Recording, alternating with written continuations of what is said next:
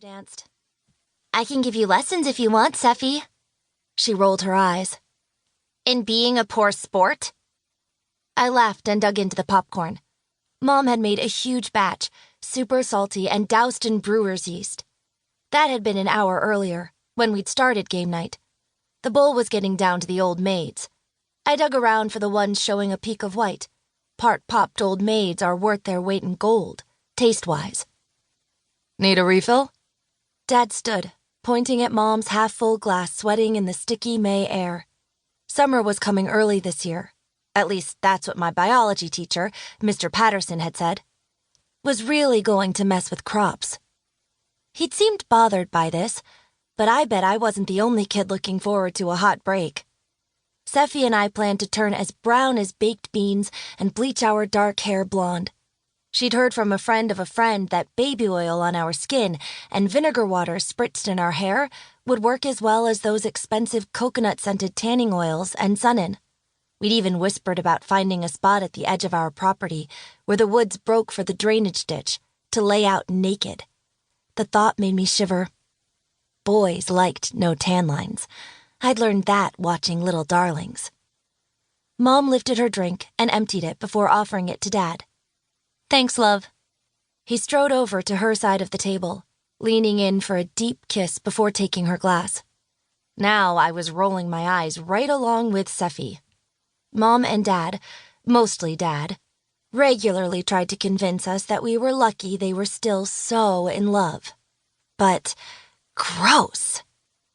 Dad pulled away from kissing Mom and caught our expressions. He laughed his air-only heh-heh laugh, setting down both glasses so he was free to massage Mom's shoulders. They were an attractive couple.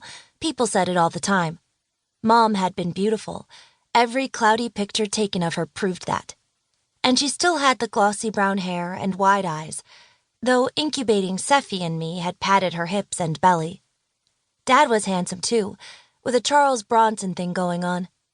You could see how they'd ended up together, especially after Mom downed a glass of wine, and she'd let spill how she'd always been drawn to the bad boys, even back in high school.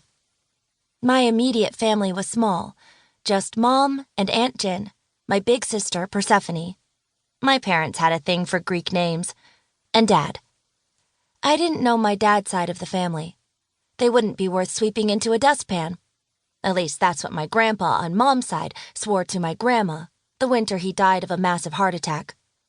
My grandma hadn't argued. She'd been a docile lady who always smelled of fresh-baked bread no matter the season.